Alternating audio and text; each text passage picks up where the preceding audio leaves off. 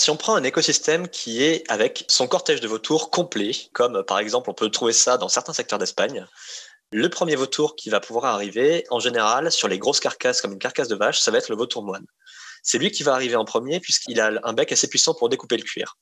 Malheureusement, le vautour moine, il est relativement menacé dans beaucoup de secteurs et donc il n'y en a plus beaucoup et on a un peu changé ce cortège et donc maintenant c'est souvent le vautour fauve qui va arriver en premier et qui va attaquer la carcasse. Lui a un bec un peu moins puissant, donc il va l'attaquer par là où il peut, donc souvent par des secteurs où il y a des tissus mous. Ils vont consommer la chair et les entrailles.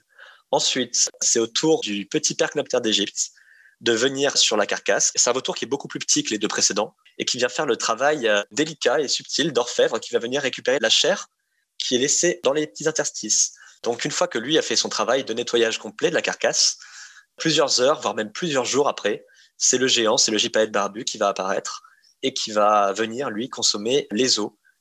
Et une fois que le gypaète a fait son office, alors ils sont aussi aidés par les corvidés et certains mammifères, en général, il ne reste quasiment plus rien de la carcasse.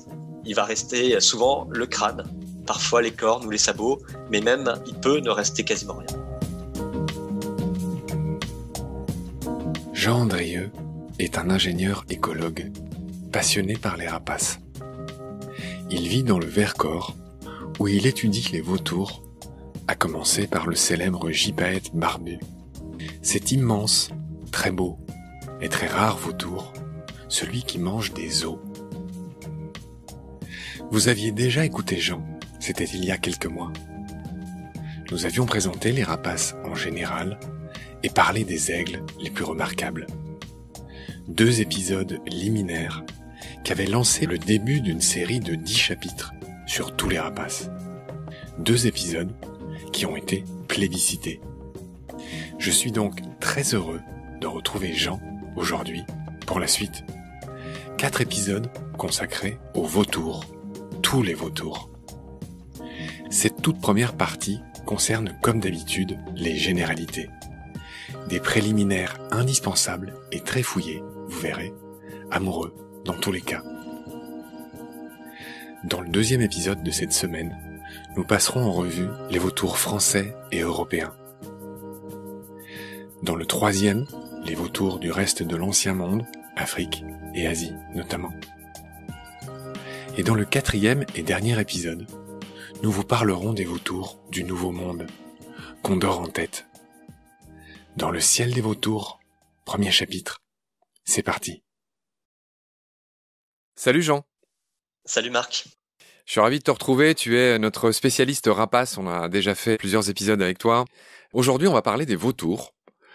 Et j'attaque direct, fidèle à mes habitudes, par l'étymologie. Vautour vient du latin velere. Velere, ça veut dire arracher ou ravir quelque chose. Voilà, donc c'est un peu comme les rapaces, hein, une étymologie encore une fois claire comme de l'eau de roche. Techniquement, les vautours sont des rapaces diurnes nécrophages. Explique-moi le mot compliqué de cette phrase. Alors, le mot compliqué de cette phrase, il signifie que ce sont tout simplement des charognards.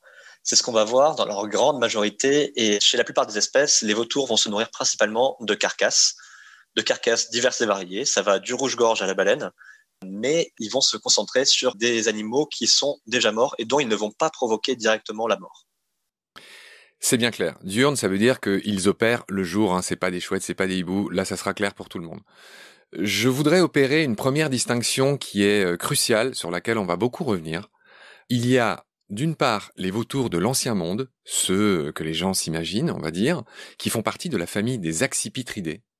Et puis, il y a tous les vautours du Nouveau Monde, qui font partie d'une autre famille, qui s'appelle les cathartidés. Et même s'ils se ressemblent, techniquement, ils ont un peu des becs crochus, ils se ressemblent en fait, mais ils n'ont génétiquement absolument rien à voir. Je veux bien que tu m'en dises un mot liminaire, on y reviendra plus tard. Alors là, je vais utiliser un premier mot qui fait un peu peur, c'est le mot polyphylétique. En fait, la polyphylétique, ça veut dire que les vautours, le mot vautour est un mot valise, on va dire, qui permet de regrouper des espèces qui ont une même fonctionnalité écologique. Et donc, on va utiliser le terme d'un point de vue scientifique de polyphylétique, ce qui veut dire poly, donc plusieurs, phylétique, phylum, donc plusieurs origines évolutives. Et qui se sont donc concentrés sur l'exploitation d'une même ressource, en l'occurrence les carcasses. Et donc là, on va parler de convergence évolutive. Ils se sont tous retrouvés sur cette exploitation-là. Et donc, je finis ta phrase. Vu qu'ils font le même job, ils ont acquis les mêmes caractéristiques, c'est-à-dire, c'est des très bons planeurs, ils marchent mieux que les autres rapaces de manière générale, ils ont souvent la tête nue, parce que c'est un avantage sur lequel on va revenir tout à l'heure, tout simplement, ils se salissent moins. Et donc, voilà, c'est ça la convergence évolutive. C'est des êtres qui, au départ, n'ont rien à voir, qui viennent d'ancêtres très différents, et qui finissent par se ressembler parce qu'ils font le même job. C'est tout à fait ça. Au final, si on regarde d'un point de vue évolutif, les vautours dits de l'Ancien Monde, donc tous ceux dont on va parler sur les vautours français, sont beaucoup plus proches des aigles d'un point de vue général, des aigles, des buses. Et je dirais d'un point de vue génétique aussi. Voilà, d'un point de vue génétique, hein, ils ont un ancêtre commun qui est relativement récent, d'un point de vue géologique. Hein, donc ça remonte quand même à quelques centaines de milliers d'années, voire même millions. Mais ils viennent de ce groupe-là, alors que les cathartidés, les vautours du Nouveau Monde, sont beaucoup plus proches des hérons d'un point de vue génétique. Alors je ne suis pas spécialiste, mais je vois que c'est très débattu en fait, l'ancêtre des vautours du Nouveau Monde, c'est-à-dire des Amériques, mais on va y revenir tout à l'heure pour évoquer les principales hypothèses. Toi tu dis les hérons, mais moi quand j'étais guide là-bas, au Chili, dans les Andes, la thèse qui prévalait à l'époque c'était celle des ciconiformes, c'est-à-dire des cigognes. Je crois que les scientifiques ne sont toujours pas d'accord quant à l'ancêtre des vautours du Nouveau Monde, mais encore une fois, on va commencer par le général et on reviendra sur cet aspect particulier un tout petit peu plus tard quand on reverra ces vautours cathartidés, donc du Nouveau Monde, cette grande famille. Enfin, cette petite famille, puisque en tout, c'est clair et net, il y a 23 espèces de vautours au monde. Il y en a 7 dans le Nouveau Monde, c'est-à-dire dans les Amériques, avec, comment dire, le roi, celui que tout le monde connaît, c'est le condor des Andes. On a déjà un peu parlé de son cousin californien, le condor de Californie. Il y a le vautour pape avec ses magnifiques couleurs. Il y a quelques sortes d'urubus. En gros, 4 autres plus petits qui s'appellent, on va dire globalement, les urubus. Et ensuite, il y a les vautours de l'Ancien Monde. Et là, il y a 15 espèces, avec ceux que les gens connaissent mieux. Notre vautour fauve qu'on trouve en France, le vautour moine, l'oricou, le vautour de Rupel, le fameux petit percnoptère avec sa tête jaune, ses plumes blanches et celui qui casse des œufs dans ces spectacles de volerie des aigles qu'on peut voir parfois en France. Et puis, il y a notre chouchou à tous les deux qui est le fameux gypaète barbu. Voilà, qui font partie de ces vautours de l'Ancien Monde. C'était juste pour faire cette grosse différence entre Ancien et Nouveau Monde dès le début de cet épisode. Je voudrais enchaîner en disant que les vautours, qu'on les aime ou qu'on les aime pas, ont un rôle très important dans la nature. Ce sont des équarrisseurs naturels. Un service gratuit et très utile qui s'est un peu perdu, malheureusement. Ils sont très contrariés, on y reviendra notamment en Afrique où il y a des gens qui mettent des carcasses empoisonnées pour éloigner d'autres animaux, mais c'est malheureusement les vautours qui en pâtissent. On y reviendra aussi sur ce rôle d'équarrisseur naturel. Tu veux dire un mot là-dessus ? Ce qu'on peut dire en fait, c'est que les vautours, c'est un peu les grands perdants de notre monde depuis quelques dizaines d'années, puisque aujourd'hui, les vautours, c'est le groupe d'oiseaux le plus menacé au monde. C'est celui qui a subi les plus fortes régressions depuis quelques dizaines d'années, du fait de nombreuses raisons. Ces raisons, elles ont un point commun à toutes, c'est l'origine humaine.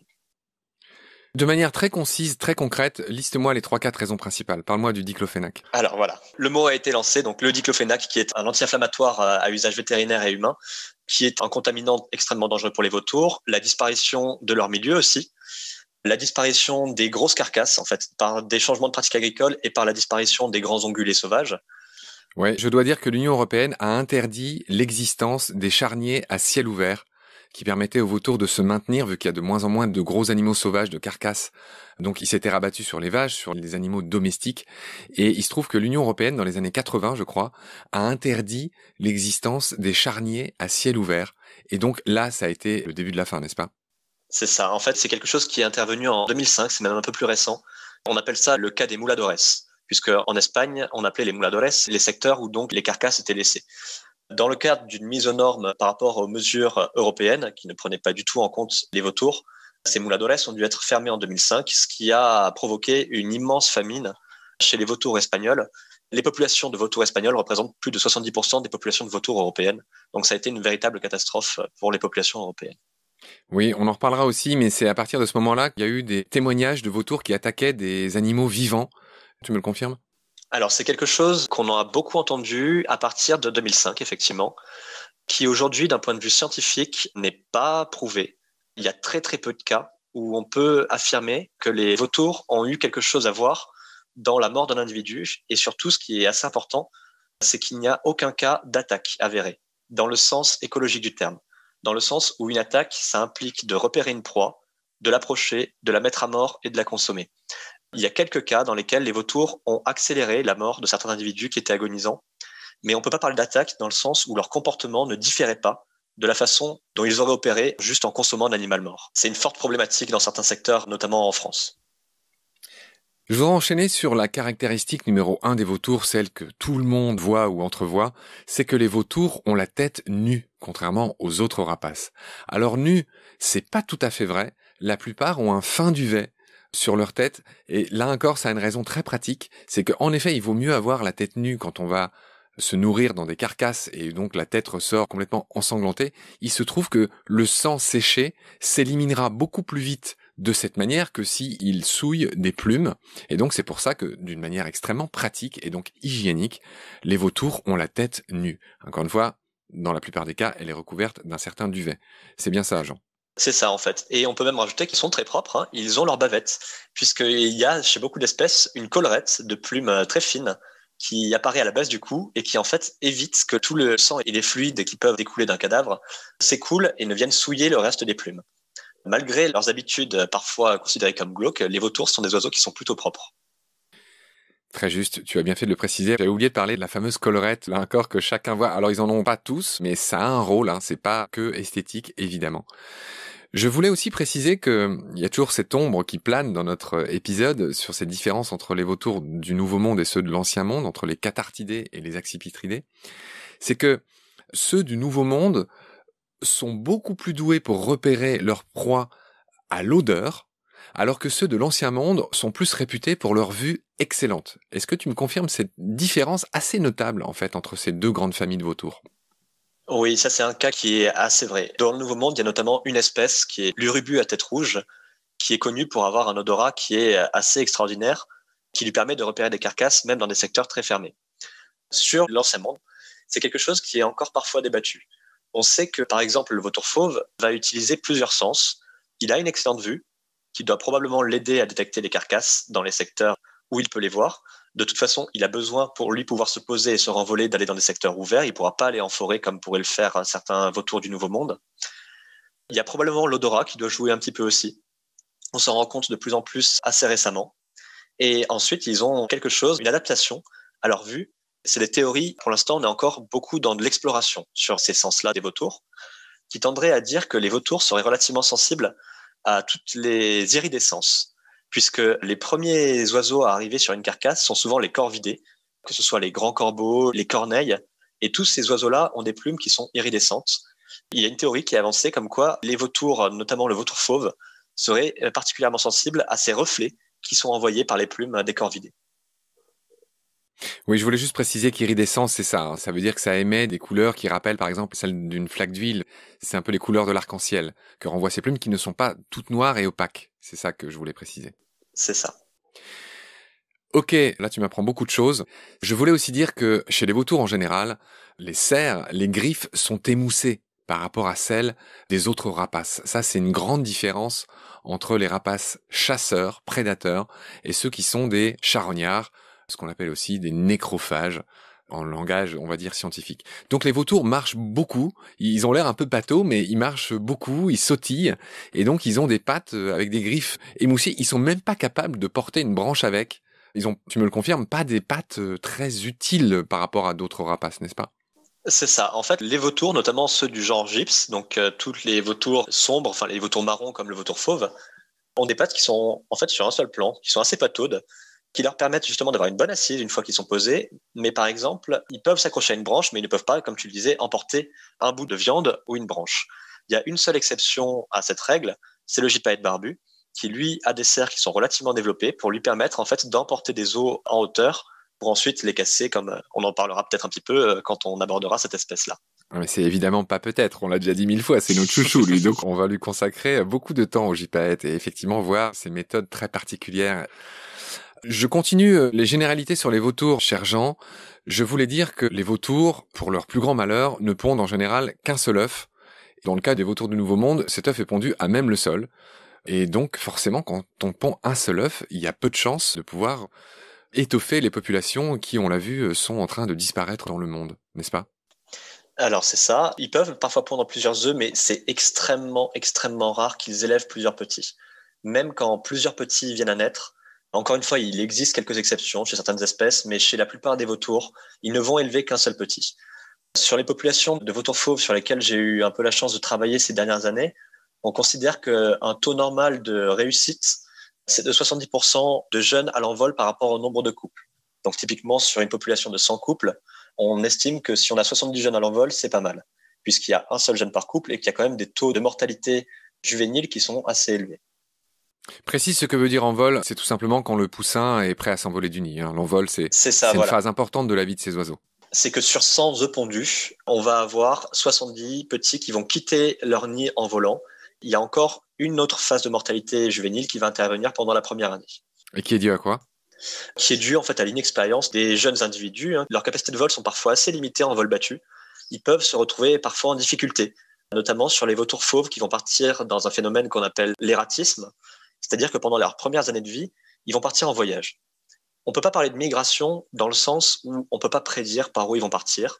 Ce n'est pas un phénomène qui est saisonnier, c'est un phénomène qui fait qu'on va pouvoir observer des jeunes vautours fauves, par exemple en Belgique ou en Bretagne ou jusqu'en Suède vers le nord. C'est maintenant quelque chose de relativement récurrent. En Belgique et aux Pays-Bas, les vautours fauves sont annuels maintenant. Quelques individus viennent se perdre tous les ans. Donc certains partent vers le nord et la majorité de la population française va plutôt partir vers le sud, va rejoindre l'Espagne et parfois même traverser Gibraltar et partir vers le Sahel. Et donc les moments où ils peuvent se retrouver en difficulté, c'est typiquement pour la traversée de Gibraltar, où ils ne vont trouver aucun courant ascendant qui vont les aider à prendre de l'altitude.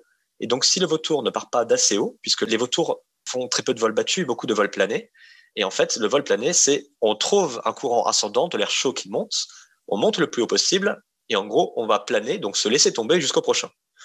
Et donc s'ils ne montent pas assez haut au démarrage de Gibraltar, ils ne pourront pas traverser le détroit et donc risquent de mourir noyés. Ah oui, là encore, tu m'apprends quelque chose. D'accord, une histoire d'élan. Les vautours, ils doivent être assez scientifiques dans leur plan de vol. Voilà. Ok Jean, je voudrais enchaîner sur un autre point qui concerne les vautours que je trouve fabuleusement intéressant. C'est que, de même que la police scientifique utilise les différentes vagues d'insectes qui colonisent un cadavre pour pouvoir dater le moment de la mort d'un individu, on observe que chez les vautours, il y a différentes espèces qui viennent s'attaquer à une carcasse selon leur spécialisation. Ça, c'est vraiment fascinant. Et si on prend l'exemple du pourtour méditerranéen, le premier qui va arriver sur les lieux, on va dire, qui leur aura été indiqué souvent par les corbeaux, ça tu l'as déjà dit, c'est lequel? Alors chez nous, c'est soit le vautour fauve, soit le vautour moine. Alors vas-y, fais-moi le pitch sur ces deux-là. Qui arrive en premier? Qui fait quoi comment? Alors si on prend un écosystème qui est avec son cortège de vautours complet, aucune espèce n'est menacée, c'est parfait, comme par exemple on peut trouver ça dans certains secteurs d'Espagne. Le premier vautour qui va pouvoir arriver, en général, sur les grosses carcasses comme une carcasse de vache, ça va être le vautour moine. C'est lui qui va arriver en premier puisqu'il a un bec assez puissant pour découper le cuir. Malheureusement, le vautour moine, il est relativement menacé dans beaucoup de secteurs et donc il n'y en a plus beaucoup et on a un peu changé ce cortège et donc maintenant c'est souvent le vautour fauve qui va arriver en premier et qui va attaquer la carcasse. Lui a un bec un peu moins puissant, donc il va l'attaquer par là où il peut. Donc souvent par des secteurs où il y a des tissus mous. Les vautours attaquent un cadavre par là où la peau est fine, par exemple les aisselles, les mamelons et l'anus. Et voilà, typiquement, sur une carcasse attaquée par les vautours fauves, ils passent souvent par l'anus et la vulve. C'est les secteurs par lesquels ils vont rentrer dans la carcasse et ensuite, souvent, elle va s'ouvrir d'elle-même ou alors d'autres espèces vont venir ou alors ils sont tellement nombreux que la carcasse finit par s'ouvrir et ils peuvent attaquer le reste. Alors, je complète ce que tu dis en disant que le vautour fauve se nourrit presque exclusivement de chair très molle, les intestins, les choses comme ça. Les tissus mous. Donc, ils vont consommer la chair et les entrailles. Ensuite, le vautour moine va arriver. Lui peut arriver avant ou après. Il est un peu généraliste. Et lui va consommer les tissus un peu plus durs, comme les cartilages, la peau, les tendons. Il peut également consommer de la chair et des entrailles. Et il va prendre un peu les restes. Une fois que lui a fini son travail, c'est au tour du petit percnoptère d'Égypte de venir sur la carcasse. C'est un vautour qui est beaucoup plus petit que les deux précédents, puisque chez le vautour fauve, on est en général à 2,60 m d'envergure, ça peut monter jusqu'à 2,80 m. Le vautour moine, c'est un géant qui peut faire 2,80 m jusqu'à 3,05 m d'envergure. Et le percnoptère qui arrive avec son petit 1,70 m à côté, c'est un peu le poids plume, et qui vient faire le travail délicat et subtil d'orfèvre, qui va venir récupérer la chair qui est laissée dans les petits interstices. Il a un bec fin qui va lui permettre d'aller chercher dans tous les petits coins, là où il y a de la chair qui a été oubliée pour que rien ne se perde. Donc une fois que lui a fait son travail de nettoyage complet de la carcasse, plusieurs heures, voire même plusieurs jours après, c'est le géant, c'est le gypaète barbu qui va apparaître et qui va venir, lui, consommer les os. Donc, tout ce qu'il peut avaler sur place, il va l'avaler sur place. Ça veut dire des os jusqu'à 40 centimètres, on va dire. Au-delà de 40 centimètres, il a vraiment du mal. Déjà 30, ça commence à faire des beaux os pour lui. Et tout ce qui est trop gros pour qu'il le consomme, il va l'emporter dans ses serres et l'amener jusqu'à des grands rochers plats. Habituellement, c'est souvent les mêmes qu'il utilise. Il va monter en altitude, lâcher cet os sur le rocher, qui va venir donc se briser et lui va venir consommer les morceaux de l'os plus bas.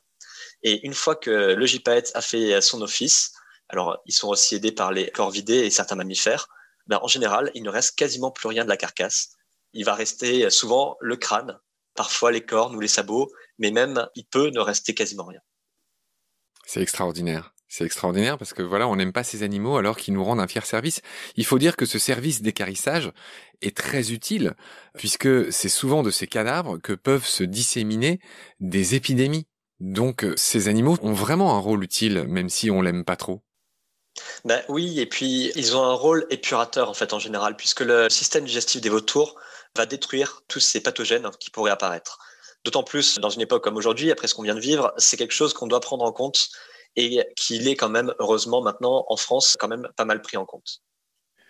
Alors j'adore ce que tu dis et je rebondis dessus. J'ai appris en préparant l'émission que les agriculteurs ou les éleveurs qui décident de laisser des carcasses aux vautours peuvent obtenir une réduction de leur CVO. Alors c'est un acronyme un peu compliqué, mais ça veut juste dire qu'en fait ils vont moins contribuer financièrement au service d'équarrissage de leur région. Tu me confirmes cette disposition française ? C'est ça, voilà. Alors en fait, on avait parlé tout à l'heure des moules à Dorès, qui était un peu la catastrophe de 2005, mais depuis, certains États ont réagi, et notamment là-dessus, la France a été un État qui a quand même plutôt bien réagi. Et donc maintenant, il existe ce qu'on appelle des placettes d'équarrissage naturel. Ce sont des placettes qui sont mises aux normes sanitaires de l'Union européenne, donc souvent ça va être sur une dalle de béton et loin de toutes les sources d'eau, encerclées de grillages afin d'éviter de nourrir des espèces qui ne sont pas forcément ciblées et qu'on n'essaie pas trop de favoriser en France, notamment les mammifères, et qui vont permettre en fait aux vautours de venir remplir leur rôle. Donc les agriculteurs viennent déposer leur carcasse sur cette placette et les vautours peuvent ensuite venir faire leur travail et donc évacuer cette carcasse. Ce service-là, il est proposé beaucoup dans le sud du Massif central, dans le secteur des Grands Causses. On en trouve aussi maintenant en Ardèche, dans l'Hérault, dans le sud des Alpes, dans les Pyrénées. C'est quelque chose qui a permis aussi de reconnaître le rôle d'équarrisseur naturel des vautours auprès du monde agricole. Donc il y a des secteurs où la situation est tendue, mais il y a aussi des secteurs où les éleveurs sont très contents d'avoir un équarrissage naturel et entièrement gratuit de fait. Les enchaînements sont logiques. On va parler de l'état des populations. Tristement, 14 espèces sur 23 sont en voie d'extinction dans le monde. Chez les vautours, on l'a déjà dit, toi et moi, c'est un peu terrifiant ce qui se passe, alors qu'ils sont tellement utiles. Malheureusement, ils n'ont plus de place dans notre monde humain actuel, en tout cas. Je voudrais que tu me réexpliques les causes de leur déclin. Et on va dire un mot aussi sur l'empoisonnement des carcasses, qui est particulièrement problématique. Douloureux, problématique. Je t'écoute. Alors, pour toute cette partie-là, on va pouvoir mettre un peu de côté l'Europe de l'Ouest, qui a une dynamique un peu spéciale pour se concentrer sur le reste de l'ancien monde. Dans un premier temps, l'Europe de l'Est, c'était un secteur, notamment les Balkans, où il y avait historiquement beaucoup de vautours, des 4 espèces, qui étaient présentes et qui, depuis une quarantaine d'années, ont pris vraiment une très grosse claque. Dans ce secteur-là, la principale raison, c'est le retour du loup, le retour naturel du loup, qui a provoqué le retour qui va avec, souvent malheureusement le retour du loup, le retour des carcasses empoisonnées dans le milieu. Notamment en Bulgarie, en Grèce ou en Croatie, certains éleveurs qui sont impactés par le loup vont venir empoisonner les carcasses des ovins, par exemple, qui ont été tués par des loups, dans le but de tuer les prédateurs. Mais en fait, les principales victimes, ce sont des victimes secondaires, ce sont les vautours qui vont venir exploiter ces carcasses. Ces dernières années, ça a abouti à une véritable crise en Europe de l'Est, puisque le gypaète barbu, par exemple, ne se reproduit désormais plus du tout sur le continent, sur la péninsule balkanique. Il reste encore en Crète, mais il a disparu de toute la péninsule. Le vautour fauve est dans une situation qui est vraiment critique. Il reste quelques couples en Serbie, quelques couples en Croatie et en Bulgarie, mais dans l'ensemble, c'est vraiment une situation qui n'est pas bonne. Le vautour moine avait complètement disparu de nombreux pays. Il subsistait encore en Grèce et il est actuellement en cours de réintroduction en Bulgarie. Et le vautour percnoptère régresse continuellement. Ensuite, dans les autres secteurs du monde, il y a différentes menaces qui peuvent peser dessus. Si on va voir un petit peu ce qui se passe au sud de chez nous, en Afrique, qui est un continent qui compte énormément d'espèces de vautours. Les principales menaces qui pèsent dessus aujourd'hui sont un peu diversifiées. En Afrique de l'Est et en Afrique australe, en fait, les vautours sont intentionnellement empoisonnés par certains braconniers, puisqu'en fait, les vols de vautours très denses permettent aux rangers de détecter la présence de carcasses, notamment de très grosses carcasses, comme les éléphants ou les rhinocéros. Donc, certains braconniers vont volontairement empoisonner ces carcasses afin de tuer les vautours et d'éviter comme ça de se faire détecter. C'est une conséquence secondaire du braconnage pour l'ivoire ou pour les cornes de rhinocéros qui est assez catastrophique. Certaines autres espèces, comme le vautour charognard par exemple, sont menacées par une chasse qui à l'origine était plutôt traditionnelle. Comme malheureusement beaucoup d'autres animaux, on leur prête certaines vertus dans des médecines traditionnelles, notamment au vautour fumé. Alors, en plus, personnellement, ça ne me fait pas du tout envie. Mais au Nigeria ou en Côte d'Ivoire, par exemple, ces vautours-là sont tués pour être fumés et envoyés ensuite sur certains marchés. Et ensuite, une dernière menace qui pèse sur ces espèces en Afrique, c'est tout simplement la disparition des grands herbivores. Dans beaucoup de pays, notamment en Afrique de l'Ouest, les populations de grands herbivores ont fortement diminué. Et donc, du coup, les vautours se retrouvent sans nourriture, tout simplement. Le dernier continent, donc l'Asie, et même notamment sur l'Asie, on va pouvoir se concentrer sur une partie de l'Asie qui déjà prend pas mal de temps à étudier, c'est le sous-continent indien, qui a été l'objet d'une des plus grandes catastrophes écologiques. Ouais, là, c'est un peu malheureusement le paradis du diclofénac. Hein. C'est voilà. Bien ça. Hein. Les chiffres sont effrayants. 999 vautours sur 1000 ont disparu là-bas à cause de ça. Je te laisse expliquer. Voilà. En fait, les populations de vautours en Inde ont diminué selon les espèces d'entre 90 et 99% entre les années 90 et les 2005-2010. Cette diminution, elle a été due à l'emploi massif dans l'agriculture, notamment d'un anti-inflammatoire qui est le diclofénac, qui va causer divers problèmes de santé sur les vautours et sur les rapaces en général. Ça a engendré une cascade de problèmes qui étaient absolument inimaginables et qui nous a aussi permis de nous rendre compte du rôle des vautours dans les milieux, puisque en Inde, le système d'équarrissage et même parfois le système d'évacuation des corps humains était basé sur l'utilisation des vautours. C'était un pays qui comptait plusieurs millions de couples de vautours nicheurs avec 7 espèces qui sont présentes. Et donc, ces vautours remplissaient complètement le rôle d'équarrisseurs. Il n'y avait jamais eu de problème sanitaire lié aux carcasses en Inde jusque dans les années 80. À partir du moment où ces populations ont commencé à fortement régresser, on s'est retrouvé avec des carcasses qui traînaient dans le milieu, qui n'étaient pas consommées. Et donc, ça a induit le développement d'autres charognards, puisque la niche écologique était laissée libre. Et ce rôle a été pris notamment par les chiens errants, ce qui a induit des épidémies assez dramatiques de rage, notamment en Inde et dans les pays limitrophes. Aujourd'hui, il y a des campagnes qui sont menées pour essayer de limiter l'usage du diclofénac, mais certaines espèces sont virtuellement, on va dire, éteintes. C'est notamment le cas du vautour à long bec. Aujourd'hui, on estime que ces populations ne lui permettraient pas, même si on arrêtait complètement l'usage du diclofénac et on enlevait toutes les menaces qui pesaient dessus, ces populations ont été tellement altérées qu'on pense qu'il serait très très compliqué à sauver. On va finir cette page et puis parler de choses plus gaies dans un instant, mais je voudrais juste que quand même tu me dises que c'est vrai qu'en Europe de l'Ouest, les vautours ils se remettent tout doucement et les chiffres sont plutôt encourageants, mais il y a quand même des menaces. Je voudrais que tu me parles des lignes à haute tension et des éoliennes. Ouais, ça ce sont les deux principales menaces qui menacent les vautours en France, on va dire. Les lignes à haute tension, puisqu'en fait les vautours volent souvent relativement bas et un obstacle linéaire comme une ligne ne va pas être détecté, tout simplement dans leur vue, donc ils vont la heurter. C'est pas forcément qu'ils vont se faire électrocuter, mais en fait, souvent, les vautours sont des oiseaux relativement légers, avec des os creux, qui sont adaptés au vol plané, et donc relativement fragiles. S'ils heurtent une ligne à haute tension en vol, leur aile, elle est brisée, ils se retrouvent au sol et ils vont mourir là en dessous s'ils ne sont pas morts sur le coup. Les parcs éoliens, c'est une problématique qui s'est développée ces 20 dernières années avec le développement des énergies renouvelables, puisque les parcs éoliens sont souvent placés sur des secteurs hauts, très ventés, et qui sont très utilisés aussi par les grands rapaces. Alors, les vautours ne se prennent pas les pales dans la figure. Ils ne se font pas couper en morceaux. C'est pas non plus des mixeurs géants, hein, les éoliennes.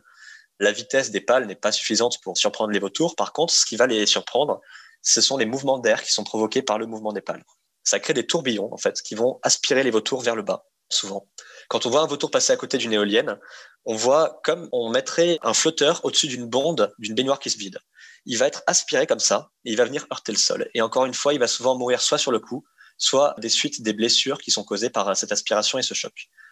C'est une problématique qui n'est vraiment pas à négliger, puisque sur certains parcs éoliens en Navarre, en Espagne, On considère que c'est plusieurs dizaines, voire même plus d'une centaine de vautours qui sont tués par an et par parc. Merci pour ces précisions. Jean, rien à ajouter. On a fait le tour des menaces qui pesaient sur les vautours. Sur ces précisions, on a fini cet épisode général sur les vautours. Dans le prochain épisode, on va évidemment parler des plus belles espèces de vautours. On va quasiment tous les passer en revue grâce et avec toi. Je te salue, je te fais un gros coucou à travers Zoom dans ton Vercors où tu habites. Je te dis à très vite. Salut Jean. À très bientôt. Salut.